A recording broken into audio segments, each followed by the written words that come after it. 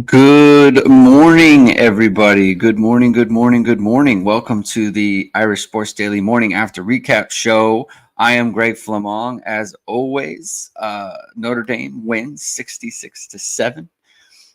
The chat is upset about a 59-point victory. I understand. I understand what's going on here. It's fine. We can talk about it. We can talk about Notre Dame's passing game. We're going to talk about that. We'll talk about injuries. We'll talk about what we saw.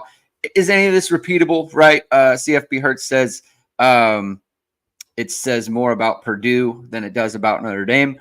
I kind of disagree with that a little bit, but I think we can get to a good place with that. So we're going to talk about all things and whatever you bring up in the chat, right? Obviously, a lot of people are still concerned about the passing game, so we'll talk about all those things. Thank you, everyone, for tuning in. As always, if you like what you hear this morning, please hit the like button on this video. Please hit the notification bell so whenever it is we are going live, and most importantly, hit that subscribe. Hit the subscribe button, folks. Got to get more subscribers. We want to get to 10K subscribers this year. And we're at about 8,400 right now. So we want to get more subscribers. So another thing we want you to do is we want you to go to ESQ Clothing. We want you looking good. We want you feeling good wherever you are. And you can do that with ESQ's bamboo dress shirts that have been restocked online. You've seen them on all your favorite Notre Dame players and coaches, and they're made from proprietary fabric that's cooler and softer than cotton. The best shirt for any occasion, go to esqclothing.com. Use ISD15 to get 15% off your order. That's ISD15 for 15% off. Jason Z wants a breakdown of Riley Leonard's pocket presence and downfield passing game. CFB Hertz says, I think part of the skepticism from yesterday's show comes from the fact that it probably revealed more about Purdue than it did Notre Dame. The part of that I disagree with is that it revealed that if you're going to play man against Notre Dame on defense, then Mike Denbrock has a plan for that, right? He was able to get players open in a variety of different ways. He was able to exploit the defense in a variety of different ways. And so, Purdue had success getting Notre Dame off the field on 3rd and 6. I think it was another kind of 3rd and longish when they were playing zone. When they zoned up Notre Dame, they were not able to get the rub routes and the kind of the switch routes that Notre Dame was doing, and Notre Dame wasn't able to do that, and they were not effective, and so they were able to get off the field. And when they played man against Notre Dame on 3rd down, then they got exposed and they got beat. Notre Dame was able to extend drives and then therefore go down and score touchdowns. It was a very curious move by Ryan Walters. I know that's his MO, right?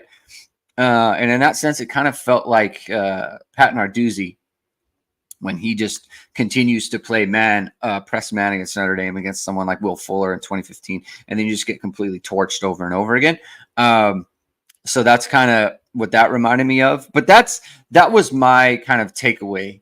And Notre Dame's going to have to solve the problem of what happens when teams zone us up, because I have to imagine they're going to see a ton of zone going forward, because like that's the book on Notre Dame, right? Like that was how Northern Illinois so stifled Notre Dame. They are a heavy zone team, and they gave Notre Dame a bunch of zone, and they couldn't pass the ball against it. Riley Leonard did not do a very good job reading the field. He did not find his receivers, and therefore he was leaving the pocket. Drives were getting ended, and it led to problems for Notre Dame. So I think that's kind of what that game revealed to me personally. So that's kind of where I come out on that. CFB Hertz. JP says, here's a thought. Maybe Notre Dame should start running the triple option or combine the running of Riley and the passing of Angeli. Thanks for giving fans a place to vent. For sure. You can always vent with me. I mean, zone read, RPO stuff, like that is a version of the triple option. It's like the modern triple option. Yeah, I think like I do agree with everyone. And I mean, your eyes are your eyes, right? Like you see what you see. And Jelly throws a better ball than Riley Leonard does, at least at this moment. I don't want to. Nothing you can't. It's hard to count on anything continuing to stay the same with Notre Dame football right now. but yeah, I mean, he throws a better ball just for sure. Like he does. It comes off his hand real nice. It drops softly. It's very catchable. So he does a good job with that. Obviously, Riley Leonard's legs are huge. They're a huge weapon, right? Like that's why you always want to kind of combine that, right? And I think the broadcast did a really good job on the first touchdown run by Jeremiah Love, 48-yarder where he gets outside the safety and the defensive end. The safety comes down and he's completely out of position to run the alley against Jeremiah Love because he's looking at Riley Leonard and him running, right? And so that itself, just having your running quarterback out there creates a running lane for your running back, and then he's able to go the distance. Like that's just one of the things that happen. Drunk Vigo, thank you for being here. He was one of Notre Dame's best running backs. 100% he was, right? And so it's he is not deceptive, as Gary Danielson said yesterday. It's not deceptive. This is his game. This is what he's done throughout his career. And so that's a weapon that Notre Dame's going to be able to use all season for as long as he's in the lineup. So look, there is a balance to be struck. Like how much of the running game makes it worth it that you can't pass the ball as well. And Notre Dame's got to figure it out. They got to figure that out. Robert Hallecky, good morning from Struthers, Ohio. Thanks for being here, Robert. I don't care how we win as long as we win. I really believe the more Riley Leonard plays with all these new guys, he will get more comfortable. Injuries are a concern. Yeah, so that's the idea, I think, that obviously Notre Dame is going for. They have to believe that the passing game will get better and it will continue to grow throughout the year. That is the ultimate plan, I think. I'm not going to sugarcoat the fact that it's very odd to me that they cannot push the ball and they're not really trying to push the ball with him. It's just like seeing the way, that they were successful yesterday and seeing how they were successful against Texas A&M. I think that play call on 2nd and 1 against Northern Illinois makes it even more kind of head scratching, because the thing that they're good at is the thing that they could have just kept doing and stayed with it. Maybe it was the injury. Maybe they just thought we don't want to run him anymore. I don't know what it is, but it's even more mind boggling today. So Josh Miller, defense played fast. They absolutely did. It's easy to play fast when the opponent is playing as poorly as Purdue. They weren't on the field for very, very long. Nobody was. Xavier Watts got the most snaps with 30. So they were definitely fresh. I'll tell you that. But it seemed like everyone was making plays out there. It seemed everyone had kind of a role in stifling Purdue. So that was a good performance from the defense.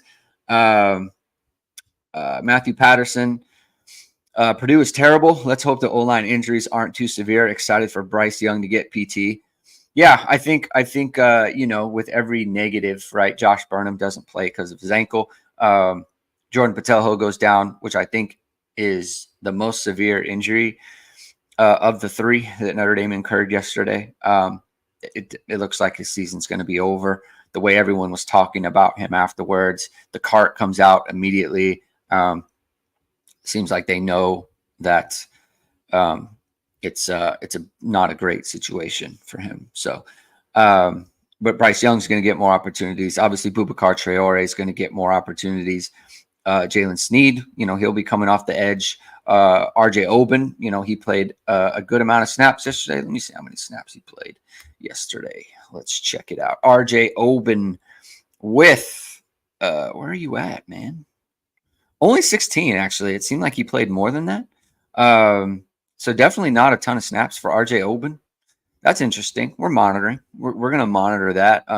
Boubacar with 25. Again, no one really played that many. Like RJ Oben played 16. The most is 30 in the game. So it's kind of hard to gauge that. We'll have to keep an eye on that.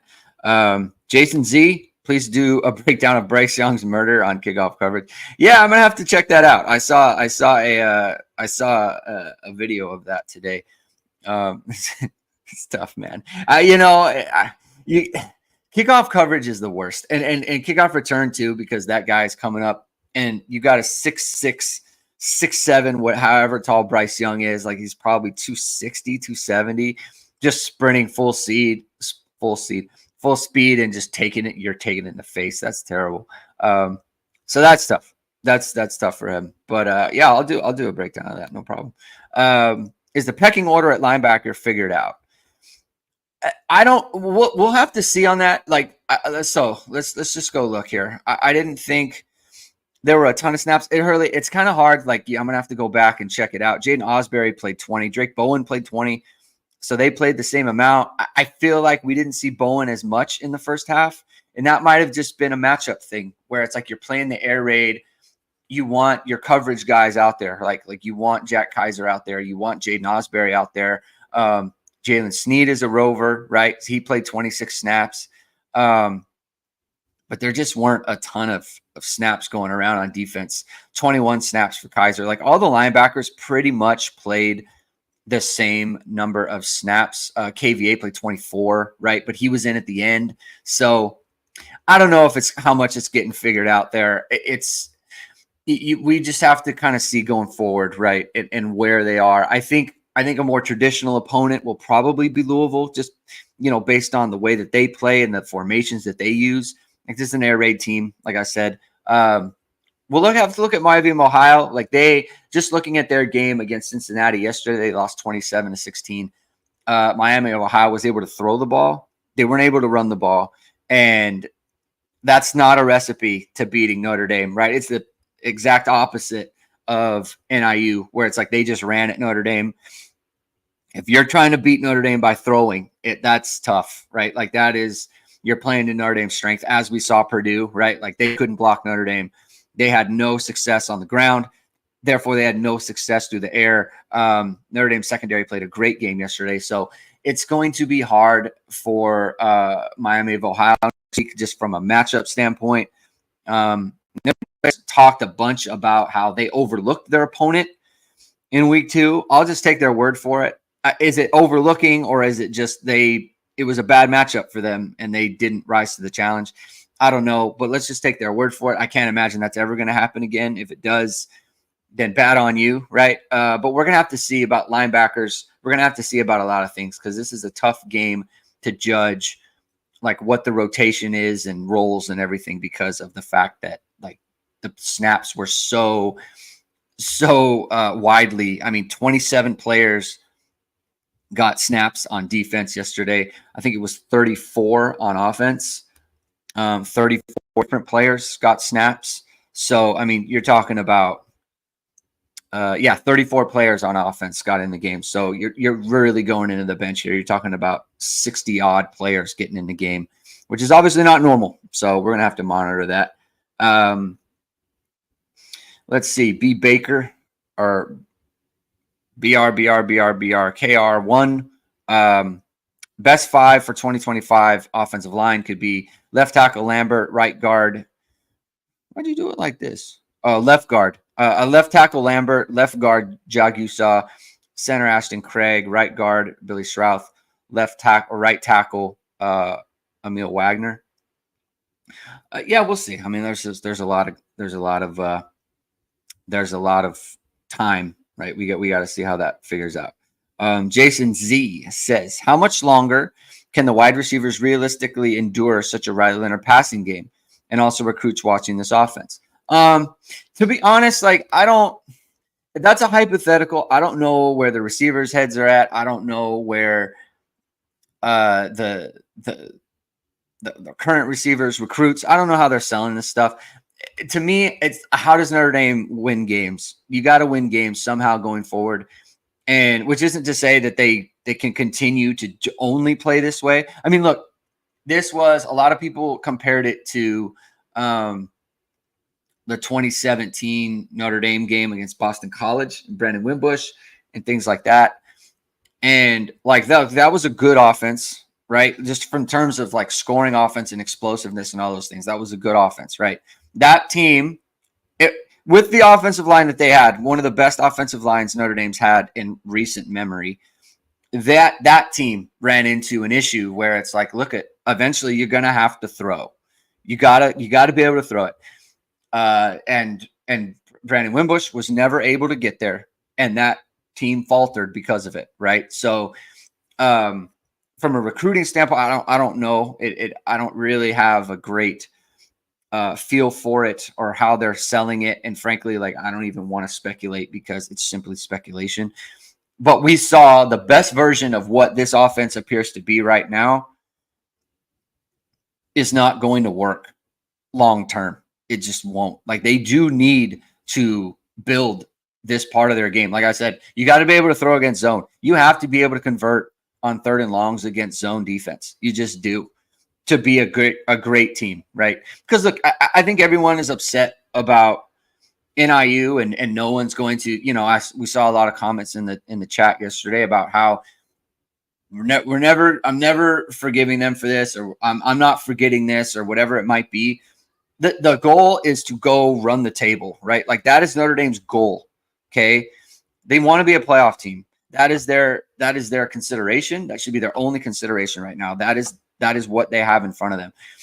So however people feel about the NIU game and how unacceptable it is or whatever, doesn't matter. They need to go and be a better football team, and they need to go run the table now.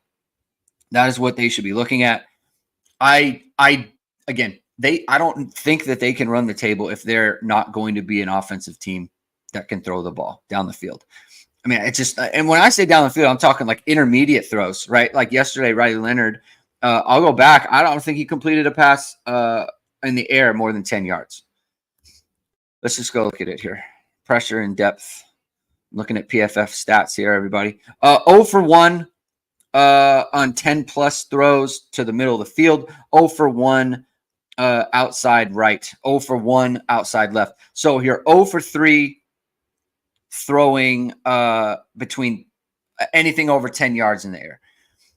You're not going to, you just can't, you cannot run the table like that. You simply cannot. It's just, you're going to run into a team that makes you do it. You're going to have to do it to win games.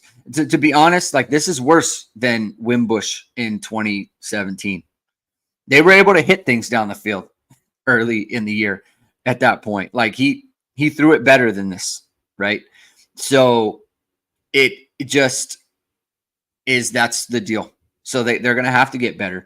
It's just not going to work throughout the year. It's a great win, right? 6-7. But look, a lot of that, I mean, you get a, whatever you want to call it, a pick six or a fumble return by Boubacar, a total disaster at the end of the first half by Purdue when Notre Dame's running out the clock. They aren't even trying to score. It's just, I mean, that was a ridiculous performance. I mean, to Greg Wasserman's point, Purdue is very poorly coached. They had some decent players, but their coaches made no adjustments. I mean, there's no real adjustments to be made when you're just, like, again, you're giving up a 70-yard run when Notre Dame's running out the clock there. That's an embarrassment. I mean, totally ridiculous performance by them. Completely unprepared. I mean, that's just, I don't want to say it's a fireable offense, but it's not good. I mean, that's really bad. Among the worst kind of preparation jobs and performances that I can recall. Just is. Let's see. Stubborn Mix says you have to run Riley enough to make it a threat to where his passing game can take off. Yeah, I mean, I think the passing game is there to be had. They're just not hitting it right now. They're not. I mean, they need to do things. I mean, look at, he had Jaden Thomas on a wheel route, or not on an in route, and he throws it low and he misses them. We saw him do that against NIU last week. He did it with Chris Mitchell. You have to hit the throw. Like, at this point, it doesn't matter if it's like timing or unfamiliarity. Like, come on, it's an in route now. It's got to be hit. You got to be able to hit that. The back shoulder to Jaden Thomas. Like, I think Jaden Thomas thought that ball, he's got a step on the corner. I think Jaden Thomas thinks that ball might be going over the top. Riley Leonard tries to throw it behind. He doesn't fit it in. It's an incomplete pass, right? Like, Notre Dame had an advantage there. That pass needs to be hit, just straight up. It does. And so I don't want to say it's excuses or whatever, or like it's time for, because I don't think anyone's making excuses. But I think we do have to be clear-eyed about the fact that if these passes aren't hit, then they can't continue to grow, and they can't be an offense that is actually dangerous and is able to threaten teams in a real way, right? Because again, they could just play zone, and then what? And then you're just gonna. They're not dominant enough on their offensive line by a long shot to just think we can run our quarterback and our running backs, and that's how we're going to beat really good teams. So I don't know. I mean, Stubborn Mick says our offense can be good enough. Sure. Like I just think when your offensive line is a question mark, it makes it very difficult. You're going to get into a game like NIU again. And look, they have a good enough defense to always keep them in it, but just generally speaking, I don't know that it's I don't know that it's practical to think about that. Stubborn Mick again with another question. Thank you for all your participation here. You think Botelho would try to come back next year or try to get an NFL roster somehow? I don't know. I don't know where his mind is at. I feel terrible for him though. I feel terrible for him. He was playing great as well as he's played. I mean, on the play that he got hurt, he was around the corner and about to make a play on the quarterback. So that's terrible for him. I hate it. So I don't know where his mind's at, honestly. He has another year. I know that. He has a year to come back. So John Moore says, love Urlacher going to be a stud. I mean, definitely found himself around the ball, right? I wonder about his size. I like in terms of a long-term, because like all of his plays were kind of, making big hits and things of that nature. I wonder what kind of pass defender like his upside is, because that was always kind of our question about him. It's like Jamie and I didn't like him as a safety, just frankly. I didn't think he could play safety, but we liked him as a take, right? Just get him on the roster because he's a guy who obviously loves football, and you can find a way to get him on the field and to make him he can have an impact on the game, and that's what we saw. So it's like kind of the best case version of Kennedy Urlacher's playing out. But we'll see. I mean, look, it's if you can come in and contribute, that's basically what you're looking for. Yeah. Alekino says Urlacher looked good except when we lit up Mickey. Yeah, that was tough. That was tough. Yeah, just laid out your teammate. If it was against the offense, it was probably going to be a targeting penalty. But Rajon says Purdue only had 45 offensive plays. Yeah, it's just terrible. It's just so bad. Such a bad job by him. Let's see. CFB Hertz says, I feel like trying to beat ND with offense at all is the wrong way of going about it. The way to beat Notre Dame is to find a way to get 14 and hold Notre Dame's offense below that. So getting the 2 touchdowns. I mean, it certainly worked for NIU. I mean, yeah, I don't think I think there are teams that can realistically consider getting to more than 14, like Louisville probably can. They're pretty good. USC's good. They're a good offense, right? And like if USC is going to get to more than 14, Notre Dame's got, look, that's a game where it's like, look, you're going to have to throw it. You're going to have to throw the ball. So that's just the deal, man. And like the one thing that their DC can do is they can mix coverages, and they can look, he's very good at that. He's very good at mixing coverages and giving you one look and going into something else. It's not just going to be man across the board all the time. So that's a long way away, but just that's kind of an example of what we're talking about. Kenny Moore said, why is it they put Steve Angeli in and Notre Dame has a passing game? Oops.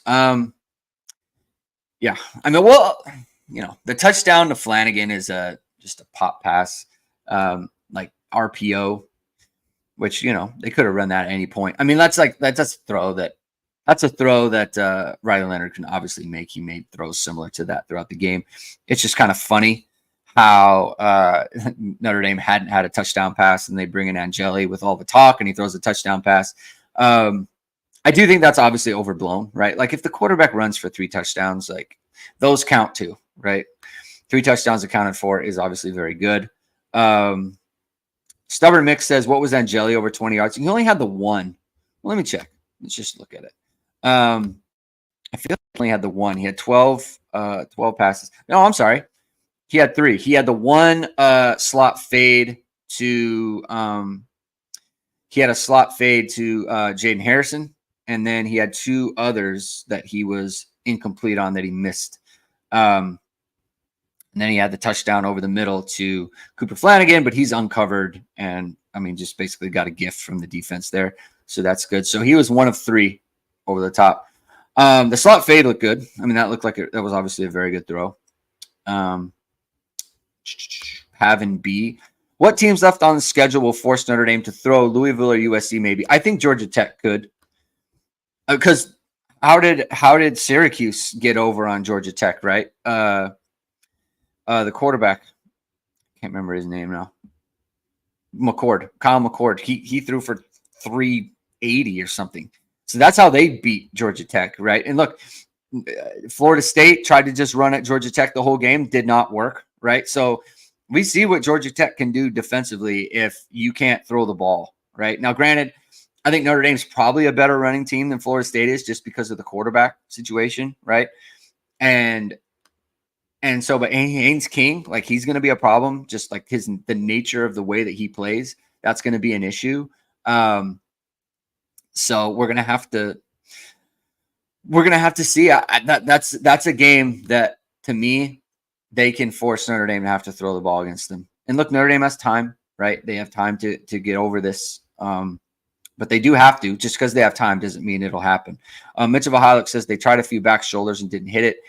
He had a nice throw to Greathouse at the end of the first half that got called back. Your point still stands. That's true. That's a good point by Mitchell. That he did have a nice little corner route there to Jaden Greathouse that didn't work out. So that probably would have been one over 10 yards. But that was the one, right? So we're just having to monitor it going forward. Nick Dean, I think the coaches messed up by putting Angeli in because we saw he can throw the ball over 10 yards. And that's why I was putting on Twitter over and over again, like the takes, because you just knew, like, and it's funny, like Notre Dame is up 42-0 at halftime. Like the quarterback's run for 100 yards, like he's shredding them, and you just knew that if they put in Angeli and he throws a touchdown pass or something, the takes are going to just fly, and they absolutely did. And so, it is what it is. Stubborn Mix says the Bo Collins miss was unfortunate. It was. It truly was. That's going to be a walk-in touchdown, and it would have ended all the conversation about, passing touchdowns and all this other thing. And he gets hit by Knapp. He just walks right back into him. He was probably frustrated by that. But look, they've got next week. They've got time. Like I said, we just have to wait for it and see, and then comment from there. Right. Sean Singleton, a lot of problems every time. Riley makes a nice pass, comes back for holding. Yeah. So talking about the Greathouse one, and then the one where he gets run into. John Moore says receivers have to be getting frustrated by now. I mean, probably, right? Like, for sure, right? Receivers want to do numbers. And I think, when you have as many guys like Chris Mitchell, like he caught 76 passes last year. He probably wants more, right? Like and look you're on the team and you want to win, and, you're just playing a different kind of style, right? Like, obviously you want to win games, but you want to do numbers. That's what receivers are looking for, right? Like Bo Collins, he left Clemson to come to Notre Dame ostensibly because he thought they would be throwing the ball a lot better than this. And look, he's got a huge role in this team, so he's out there a ton. He's always in the game, and he's probably the receiver that's the safest as far as playing time. But, look, things can change, right? Like, they obviously have to stick with it. Rajon says, Leonard had Price down the right sideline wide open, but never saw him. It was Jeremiah Love. Yeah, I mean, he looks and sees him. It's kind of like, when I was watching that play, there was a split second where I was like, oh, you got to get this ball out. But then it was a freeze frame. But as he's going, when he actually, I think he sees him, Love is just kind of standing there with his hand up. And it's like, I was thinking to myself, how is he supposed to throw this ball? Because you had the safety come in. It's like, do you try to lead him? Do you try to, on the run, like do you try to throw like a dart to him? Like, I was like, just because he's standing there and it's not that far to where it's like, you can just kind of float it. Because if he floats it, the safety might get there. Like, I've probably thought about this way too much. Like, he just ran for a first down. But I was thinking, like, I'm not really sure the best way to throw this ball, that it gets there and it's successful, when you could just run it. And he did just run it. So, I don't know. That's just kind of how I saw it. But there was a second right when he broke away. If he had seen him and thrown it then it would have been, I think it would have been completed and for a touchdown. But I don't know. Just, I mean, look, they continued the drive and scored a touchdown. So that's good. Paul Kinlan, commentator, said that Notre Dame coach's game plan to help give Leonard confidence. Didn't know Riley was inexperienced sophomore. I mean, yeah, I'm sure like the short passing game and stuff will instill confidence. I think they installed the game plan because that's how they're going to be successful.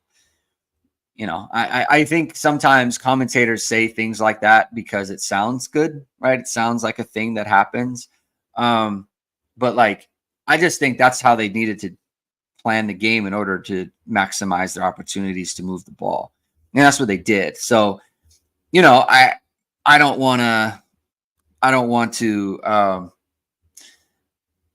put words in the coach's mouth, right? Obviously, completing passes and doing all those things, like, and moving the chains, like, that builds confidence naturally. But like, to me, because here's the thing. They didn't later use that confidence to start pushing the ball down the field. They just kept doing the same thing. So that's just like, that was just the game plan, right? I mean, it'll build confidence because you're scoring touchdowns, but I just think that's what the game plan was. Pavin B, watching Louisville play Georgia Tech this weekend, or this week, will give more insight into them. Yeah, for sure. Like, we'll be monitoring that very closely. It'll tell a lot about both teams, and so we'll just we'll keep the ball rolling on that front. Charles Faber said Freeman still looked pissed during his post-game press conference. I didn't watch that because we were on the show. We were recapping the game. I think he's always kind of like that. He's always kind of like, he doesn't want to get too high after big wins like that. He probably feels like, hey, like, last time we were all happy. Last time he was all excited about A&M, and then they went and laid an egg against NIU. So he probably wants to stay even keeled after this one. Sarcastic Redbeard. Sarcastic Redbeard. Riley isn't a freshman, so I don't see why people keep talking about him progressing in the passing game as the season goes on. Because it's a new offense. It's basically it. New offense, new team, new everything. That's probably why. And he needs to progress, and it doesn't look good. That's another part, you know. Freshman or not, you're doing new stuff, right? That's always going to be an adjustment, right? Which isn't an excuse. It's just a reason, right? That's the situation. So that's why people keep saying it. Sean Singleton, FSU is straight trash. They're terrible. Like, wow. I can't believe, like, okay, DJU is a perfect example of, like, he's not a freshman, and he was much, much better at Oregon State last year. He threw 21 touchdowns, 7 interceptions, almost 2,700 yards passing. He was a functional, good quarterback last year. Wasn't great, right? You're not getting anything great, but he was good. And this is awful. I mean, he had, I think he was 6 of 7 at one point for 5 yards. I mean, incredible. Like, what is that? Like, this is Mike Norvell. Wow. That is, That is tough. Like, how do you justify this? How do you justify that?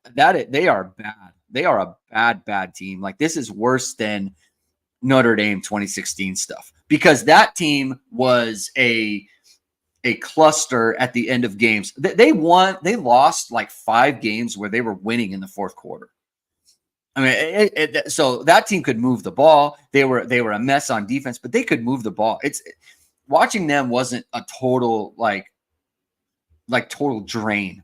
Like, this is FSU. This is real bad. I mean, this is like Notre Dame 2007 stuff is what they've got going on. So, Fred Laskowski says, so everyone thinks that Riley Leonard won't improve and that Denbrock is incompetent. Notre Dame fans are like a salesman that can't take yes for an answer. I just think people are reacting to what they're seeing, right? People, they saw that they couldn't throw the ball downfield against A&M. They saw that they couldn't throw the ball downfield against NIU, and now they're seeing it again. It's a glaring weakness. It is. I mean, again, if teams don't play man against them, how are they going to move the ball throwing? It's just a fact. How are they going to move it throwing if teams zone them up? They got to figure it out. They have to figure it out. And look, Mike Denbrock, this isn't his first day. It's not his first team, but it hasn't been figured out yet. And I think people are fair to say, like, I want to see it, right?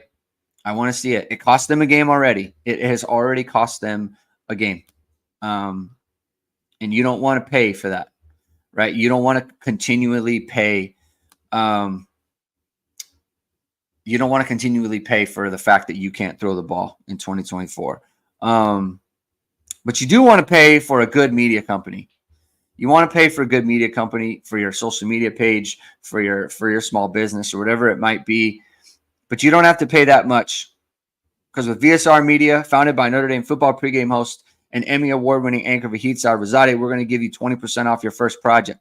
VSR Media provides professional and cinematic video and photo. Whether you're looking for a collegiate or pro-level highlight reel, have a personal story to tell, or aiming to diversify and grow your business, VSR Media specializes in short and long form video storytelling, social media management, website design. VSR Media also captures professional headshots, senior and sports photos. Contact them at vsrmediacompany.com. Mention Irish Sports Daily to receive 20% off your first project. Visit them online or give them a call at 574-800-9106. BG says everyone already overlooking the Red Hawks. Are we overlooking the Red Hawks? I mean, I think in terms of, we're saying that they won't be able to challenge Notre Dame like that. Here's the thing. Miami, NIU was a good matchup NIU matched up well with Notre Dame because of what they are good at. They are good at running. So you're getting Notre Dame's DBs off the field, and they are good at pass defense and playing zone specifically, which is a problem for Notre Dame. Miami of Ohio got run on yesterday. A lot, right? They have a good defense. That is true. They do have a good defense, but they got run on. And obviously that's what Notre Dame wants. They want to run on you, and they couldn't run the ball themselves. And that's what Notre Dame wants to do. They want you to try to pass. So from a matchup standpoint, this is better. Now, obviously, it's available to Notre Dame to just go out and lay an egg again. I said it before. You can't predict these things with Marcus Freeman. You just can't. A stinker can come up from anywhere. A huge game can come up from anywhere. You don't know, right? No one thought Notre Dame was going to score 66 points yesterday, or 40 or 30, right? Like, no one thought that, right? Like, you never know what you're getting from these teams. So you gotta just roll with it, right? Like, you look at matchups and you think how it's going to go, and then you just accept that maybe it just won't go that way. It's hard to predict with Marcus Freeman. Jason Z says, thoughts on the starting O-line, assuming Ashton and Billy are out several weeks. starting the line. I think, well, the good news is that Coogan and Spindler have played, right? They came in and played well. And they've played games, right? Notre Dame is in a much better situation that it's the guards that have to get replaced rather than the tackles, right? If a tackle had gone down, that would be much worse for Notre Dame. They can replace guards, and so look, you're not going to see stellar play from Coogan or Spindler, but you're going to see good play. You're going to see guys that can come in and they know what they're doing. They've played before. They've got good size. I think there's a very good leadership component with Pat Coogan that's been talked about a lot over the offseason. So that's a big part, right? And so I think it'll be all right. I need to see. The problem is like the upside of Shrouth. But to be honest, like in the first 2 weeks, like we haven't really seen the upside from Shrouth. Like he's obviously done some good things, but like we haven't seen him kind of be like, you know what, like he's kind of becoming dominant. We haven't seen that from him yet. So I think the drop off from Shrouth to Spindler isn't that great. Kind of the same thing with Craig. We just haven't seen dominant play. They've been good players, and it's like continue to develop them. But it's not like the drop off is going to be that much because they just haven't been dominating. They've been playing well, but not dominant. I think that Spindler and Coogan can, for the most part, replicate it. I have a question about pass protection. That's kind of where it is. But in the running game, I think they can do well, and that's what Notre Dame's going to do better. America's Truth broker. Chuck Martin may outcoach Freeman, but he won't outcoach either Denbrock or Golden. I just think he has a much tougher task. I think to the point here, it's just a lot harder for him because they're not good at the things that challenge Notre Dame. And so that his task is much harder. They need Notre Dame to take several steps back in their play. Like I said, it could. I just don't. I can't. It's hard to predict, and I won't be predicting that. Vamos, Irish Oscar. What's up, buddy? Will Riley Leonard keep the no pass touchdown streak going? Listen, we're monitoring. I mean, it's a funny thing. It's quite the funny thing that's gone on this year at this point. Why he can't throw a touchdown pass. But we're keeping track of that. That's funny. I mean, it's hard because like they're in the red zone and instead of throwing for a touchdown, he just runs it in. So that's something that's going on for them. So we're going to have to just keep track. We're going to have to keep track of that. Vamos Irish says 13 touchdowns and 0 for the wide receiver core. Yeah, because the tight ends are the two that caught touchdown passes. Maybe that's the new thing. Wide receiver hasn't caught a touchdown pass this year yet.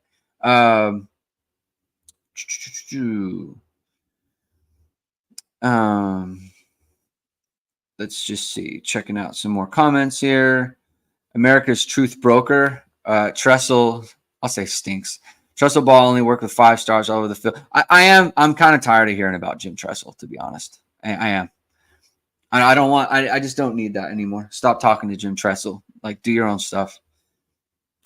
He doesn't, what does he know? Mitchell Vahiluk says DJU does not make a third start in Notre Dame Stadium. I don't think he can. I think that's right. How can they continue to go with him? They're 0-3. You got to go in another direction. As people have pointed out, they've already hit their under in the over-unders and for 3 games in the season. So that's another not good thing. Let's see. Beefeater ND08. Did anyone get a Patelho injury report? No. Notre Dame doesn't do that. I'm sure Marcus Freeman will. If he's out for the year, he's going to be pretty upfront about what the deal is. I think everyone assumes that. We'll see. Hopefully, I mean, look, fingers crossed. There's good news, but I'm not expecting it. It looked like not a good thing. Way weird. He says they can't handle the action. Look, they bullied the SEC and the Big Ten team, and they got bullied by the MAC team. What is going on?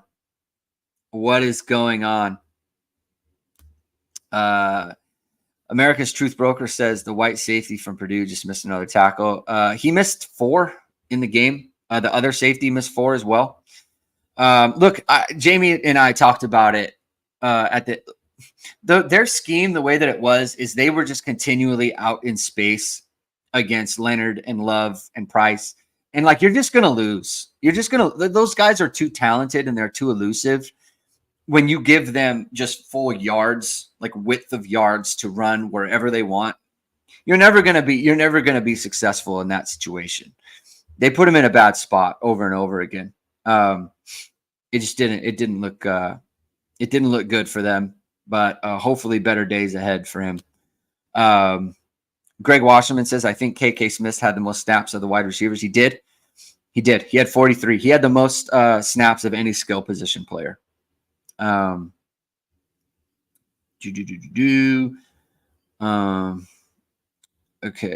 We're talking about girlfriends. That's not what we want.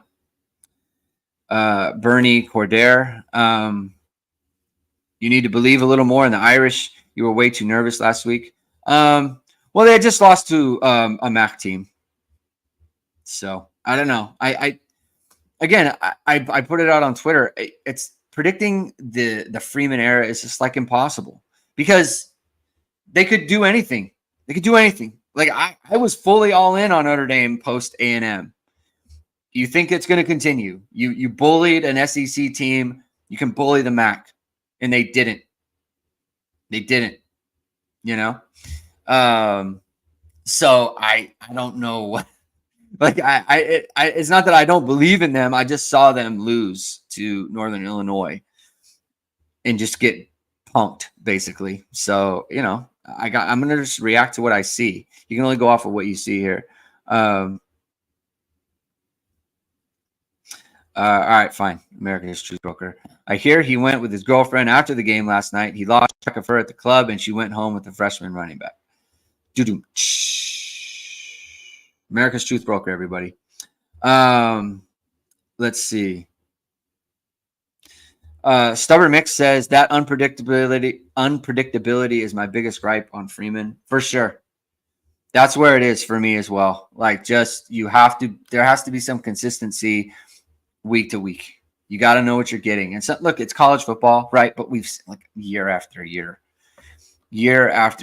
there's always something where it's like it comes up and it's like, oh, Notre Dame, like they blew it, and it can't continue. So I agree with that statement here. America's Truth Broker says A&M definitely bullied Florida yesterday. They did. Billy Napier, I guess there's a meeting, board of trustees or whatever it is. They're meeting right now. Probably not a good sign for him going forward.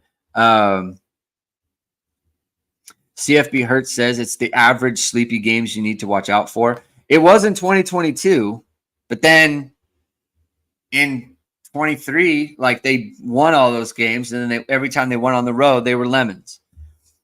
You go on the road, Louisville, you lay an egg. You go on the road to Clemson, you lay an egg. Lemons. So,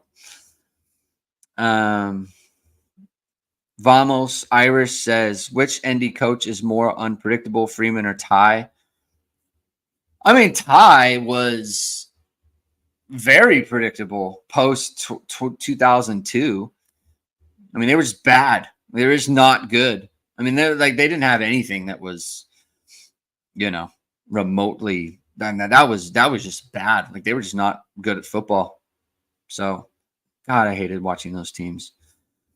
Really did. Let's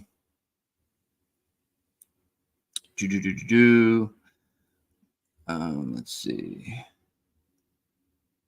Yeah. Stubborn Mix says, when has anyone ever said, hey, coach, the board is meeting today, and then it ends up being a part? Yeah. It's probably not good. The board's meeting? Oh, is this about the games? Is this about my losses? Or is it something else? Is it something else? How I'm recruiting or whatever. Vamos Irish. Yeah, the Tennessee game.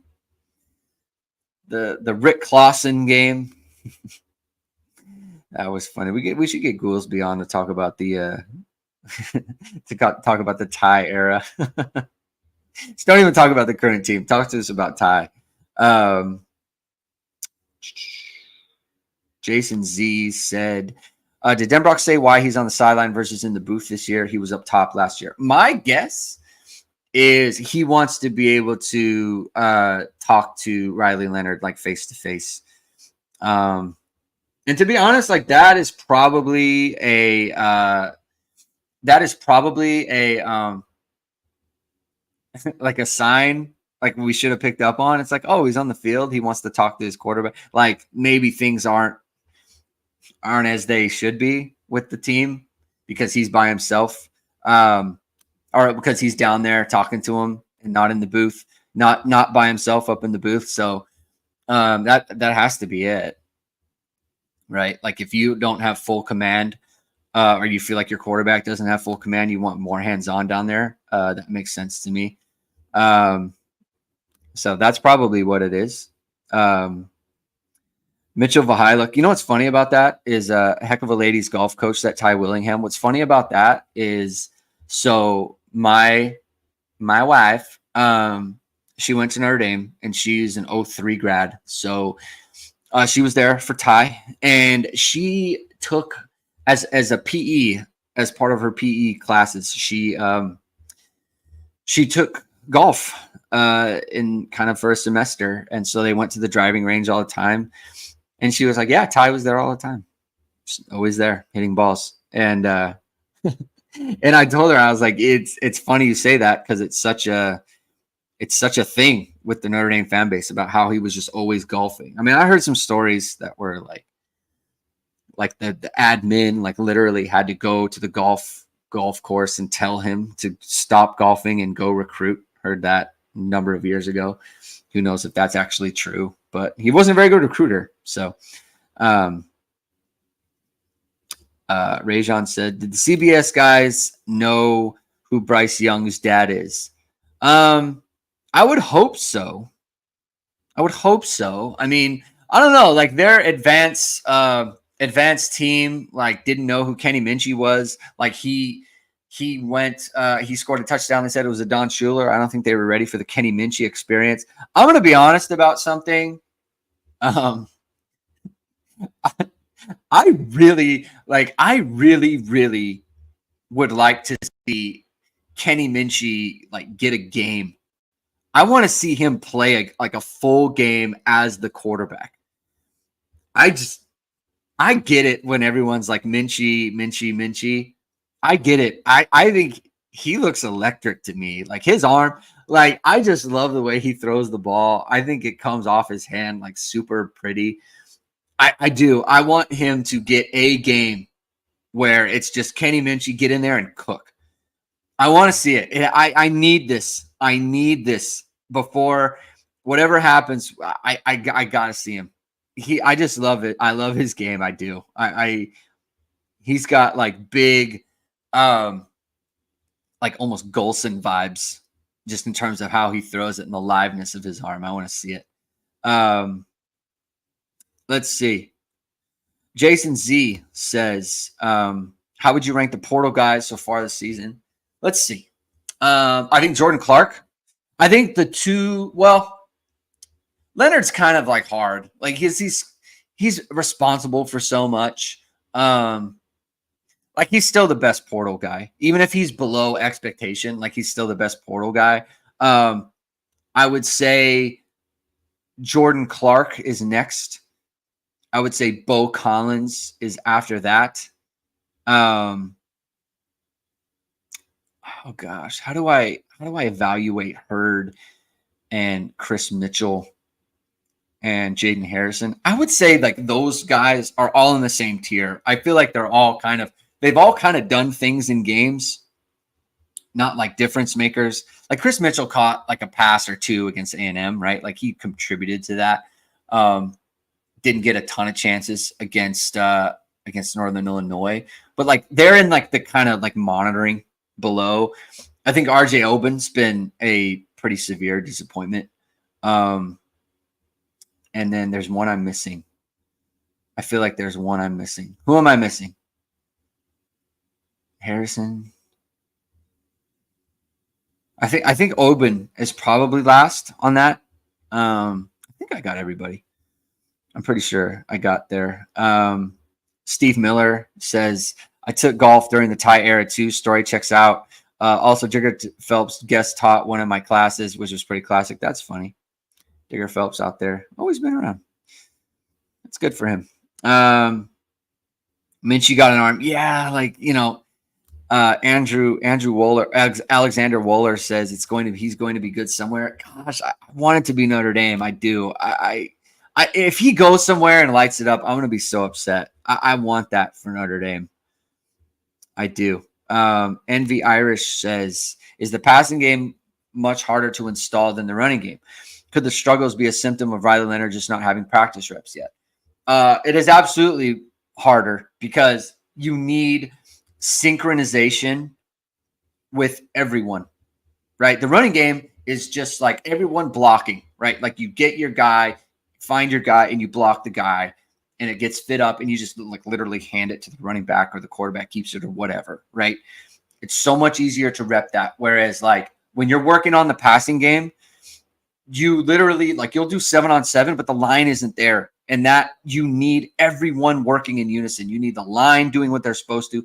You need the backs doing what they're supposed to. You need the wideouts doing what they're supposed to. You need a good throw. You need a good catch. You need it to be on time. You need it to be to the right person.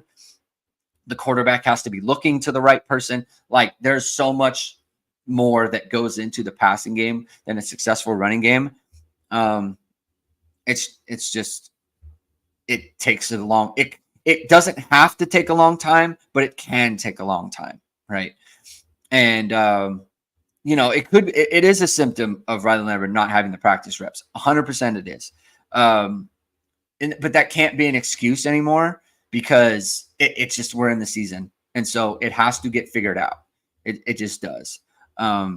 You can't continue to struggle bus like this. Like at some point it has to,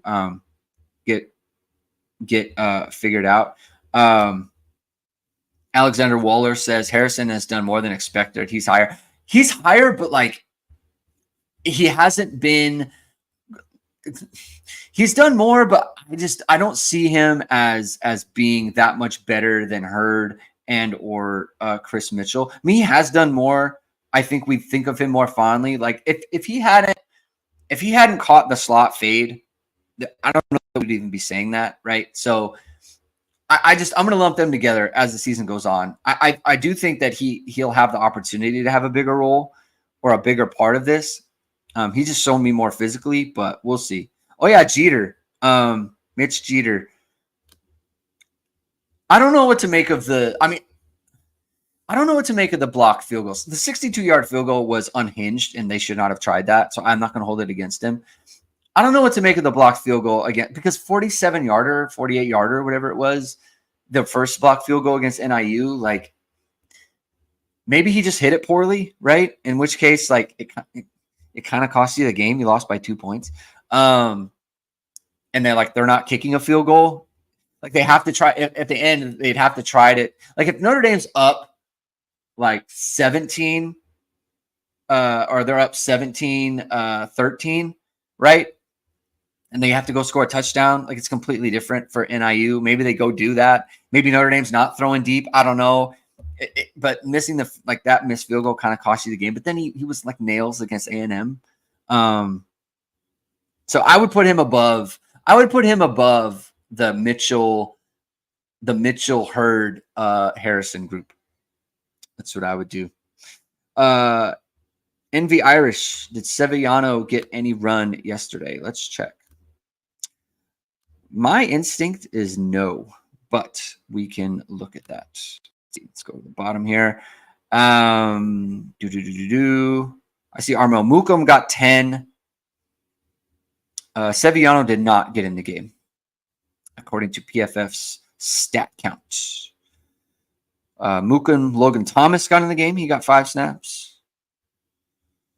Yeah. Donovan Heinisch, 20. No, he didn't get in the game. Bryce Young, 21 snaps. That's good for him. Onye, 22. So Luke Talich, 23 snaps. Kennedy Urlacher, 23 snaps. So that's good stuff for those guys. All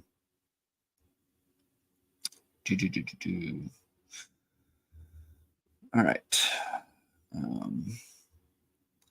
Rajon's talking about Mitch Dieter's plant foot slipping on the first block kick. Maybe. I'll have to go back and look at that. I didn't notice that. Maybe that's a good call. Jason Z, the punting competition, student punting competition. I don't know what's going on there. Jamie and I talked about it yesterday. I don't know what to say. I don't understand what's going on with that. He doesn't seem like he's kicking the ball hard enough to actually make a difference. So I don't know, man. I can't.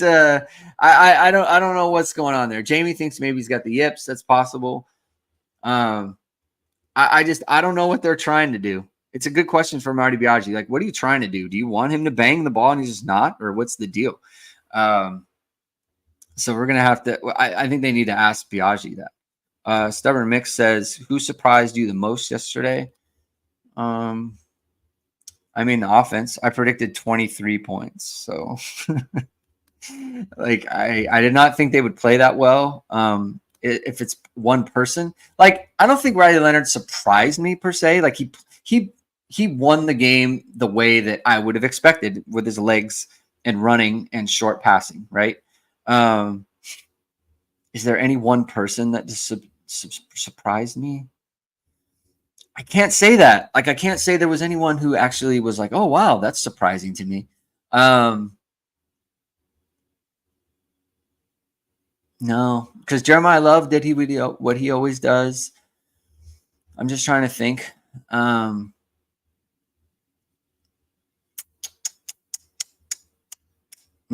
No, I can't say. Like, nothing happened that was like, wow, I didn't expect that. Like, I could have seen it. I wasn't shocked by anything I saw yesterday, other than the offensive aptitude, just as a whole.